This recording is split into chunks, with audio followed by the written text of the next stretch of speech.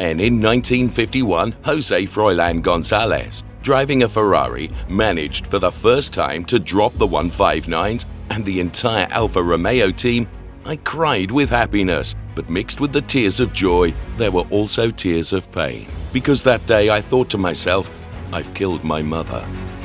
That's what Enzo Ferrari wrote in his book, Ferrari 80. The mother in question was Alfa Romeo, for whom he had been a test driver, racer, and head of the race department. González had got the better of the 159s, driven by Juan Manuel Fangio and Giuseppe Farina, who had been unbeatable in Formula One up until then, and that much-awaited win meant Enzo Ferrari could reflect on the past. It happened on Saturday the 14th of July, 1951 at Silverstone in the UK. González had taken his and the team's first ever pole position, getting the better of his fellow countryman Fangio, going on to win by over 50 seconds.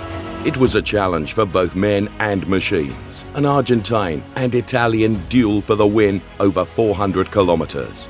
The 90-lap race took the winner 2 hours 42 minutes and 18 seconds to complete. It was a crazy distance if one thinks how Spartan were the cars at the time and how tiring they were to drive. It was a closely fought contest, with plenty of overtaking, and González's win owed something to the class of his team leader Alberto Ascari, who refused the offer to take over his teammate's car, as was permitted in the rules, after he'd had to retire with a gearbox failure. The Ferrari 375 had the advantage over the Alfa Romeo of using less fuel, and therefore got by with fewer pit stops and took less time to refuel. Rejoining after his only pit stop, González managed the required spurt to keep enough of a lead over Fangio and crossed the line to win at the former RAF airfield. Third was Luigi Villoresi in the other Ferrari 375. José Froilán González was nicknamed El Cabezón, or Fathead, because he did indeed have a large head, which swayed through the corners, but he was also known as the Pampas Bull because of his aggressive style.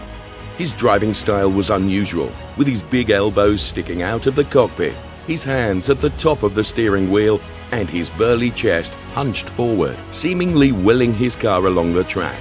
He never gave up, which made him popular with Enzo Ferrari.